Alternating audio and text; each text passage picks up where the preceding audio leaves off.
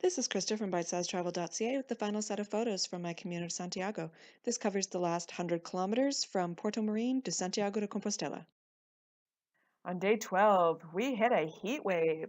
I had been forewarned going into Galicia that I should have lots of layers and cooler weather clothing, and unfortunately, I didn't need most of it because starting from this day on to the end, we had temperatures from 25 degrees Celsius and up for the rest of the trip.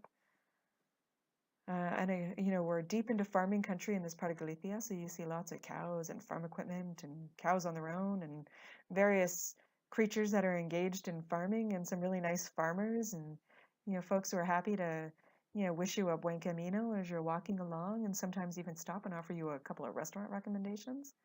Again, you see lots of small churches and chapels along the way, and they're just nice little stops. They make it a great place to stop and maybe take a drink of water and just look at the loveliness that's around you at every corner. This day we stayed in Palas de Rey, and you see here that the town has taken the traditional Camino imagery and put it in a nice little sidewalk marker.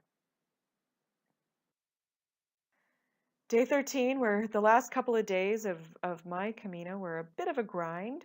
My Camino family and I were getting up quite early in the morning to get a couple of hours of walking in before it got too busy. And also at this point, we had looked ahead a few days with the weather and noticed that it was going to be intensely warm the next few days. So this also gave us an opportunity to get out and get walking before it got too warm. And this is where we also started encountering these lovely eucalyptus forests. And if you've had the pleasure of smelling eucalyptus before, I can bet you can imagine how lovely it smells just to walk through and take a nice deep breath of eucalyptus on a nice warm September morning. Again, with it getting busier on the trail, it's hard to have these moments where you have things all to yourself, but in the early morning light, you still do get the odd stretch of trail where it's just you and the sunshine, and it was glorious. This was the first day that I had encountered another peregrino on horseback, and this guy trotted on by and wished me a buen camino, and his horse was quite happy to be busy, and this guy was checking his phone as he was going by. It was kind of a funny mashup of old and new. I stopped for lunch in Melide, and I made sure everybody in my Camino family knew that that was not optional, because I had been hearing about the famous octopus to be found in Melide, and it did not disappoint.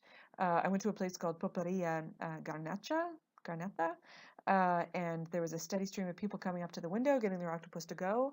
I took mine sitting down, and it was delicious. Had it with a nice cool glass of Estrella Galicia cerveza, which highly recommend. And it was just a marvelous time, marvelous way to spend the day. And finally, we stayed in a small village called Buente with a pretty famous church across the street from us. And when you walked in, the walls were just plastered with these prayer cards, and it was just a stunning sight to behold. Day 14 was the home stretch, and we made my Camino family and I decided to make it a long day so we could give ourselves a bit of a break on our last day. And this ended up being a very long day and a very tough one at that because we were up early, we had a lot of distance ahead of us. There were a lot of weird climate conditions we walked through. We walked through a chilly area, then an intensely warm and muggy area, and eventually, once the sun rose, we were in the heat. It was also really crowded that day, and it was just a lot of people, and it was hard to stay focused on the positive, but there were still these beautiful sights. Again, walking through a fog pocket of these lovely slow-moving rivers and nice quiet churches where you could stop and get a seo for your credencial and just take in a bit of peace and quiet in the morning. You get to see some very detailed graffiti and street art, even though it's overpass art at this point. And once I had kind of had my fill of people and noise and just was looking for some peace and quiet and a place to put my feet up for a minute, I found a little oasis in the woods that provided me with some peregrina cerveza, which you find in Santiago de Compostela. I was lucky to find it at Casa Tia Dorothy, or sorry, Casa Tia Dolores, way somewhere in the middle of the woods. And right after I had my refreshing beer, I also got to see these sheep grazing and a couple of little lambs that were almost as curious about me as I was about them. So that was a nice little cherry on the Sunday of a very difficult day otherwise. The last day was day 15. We did a solid 20 kilometers, and the conditions were perfect. They were glorious. We had a beautiful foggy sunrise. And we were pretty quiet that day. You walk kind of a weird route into Santiago. You walk around the airport, you walk around the end of the runway, and everyone's really excited and looking forward to their completing their journey. But at the same time, there's also a lot of questions about what next. What does this mean? You're processing your experience, and I know that day I was kind of lost in my own head for quite a bit of it because it's amazing how quickly these days become routine and this experience becomes normal, and then now you're confronted very quickly with the notion of now what? Still lots of places to buy some trinkets and some fruit along the way for some if you need a little fortification for the last stretch of your journey. And once you hit the Santiago town limits, it's pretty exciting, and we were pretty excited, even though at this point we were still about 10 kilometers away.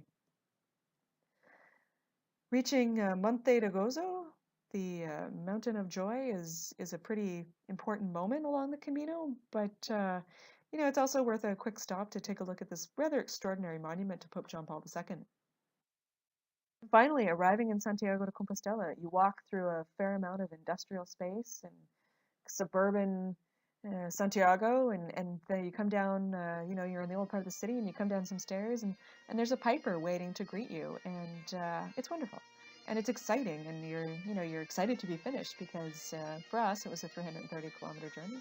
A couple of my friends walked the full distance from France, and it's just an exciting accomplishment. And there I was, a happy pilgrim, all excited and exhausted and warm and thirsty all at the same time. I was less excited about getting in this incredibly long line for my Compostela, but I assure you it was totally worth it.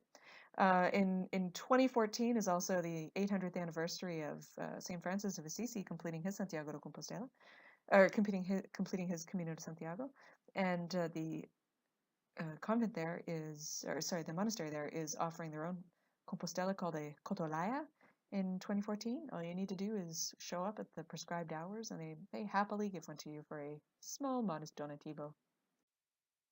And so one of the best things for me along the way was encountering all these little creatures that had so much character and personality. And they started as Camino cats, but they really were Camino cats and dogs and cows, and there's a chicken and a goat, and there was even an ostrich at one point. And they were just infinitely charming and just really made a lot out of, really made really serious impressions on me, and added a lot of fun to days that were exciting and exhausting and all kinds and emotional and everything. I did a lot of really good eating and drinking. A lot of people wonder about the food, and the experience can be very mundane, but there are also these kinds of delicacies that you can look out for, like my Peregrina beer, as well as the Estrella Galicia cerveza, which is delightful. When you get to Galicia, you will definitely have to have some tarta de Santiago, St. James cake. It's an almond cake. It's delicious. Trust me. You have this octopus from my trip to Melide, the famous pimientos de Padron, peppers from Padron, which are in season in the fall, and I specifically chose that time of year to do my Camino because I knew it would coincide with the Padron peppers, and that was that was an important eating experience for me. And finally, café con leche. You'll get to drink a lot of them. A lot of people ask me questions about how easy it is to find your way, and I answer it is remarkably easy. The Camino Frances on the Camino de Santiago is incredibly well marked, and lots of towns have their own unique ways of doing it, but some are just spray painted on the side of the road, implanted in the sides of buildings, marked on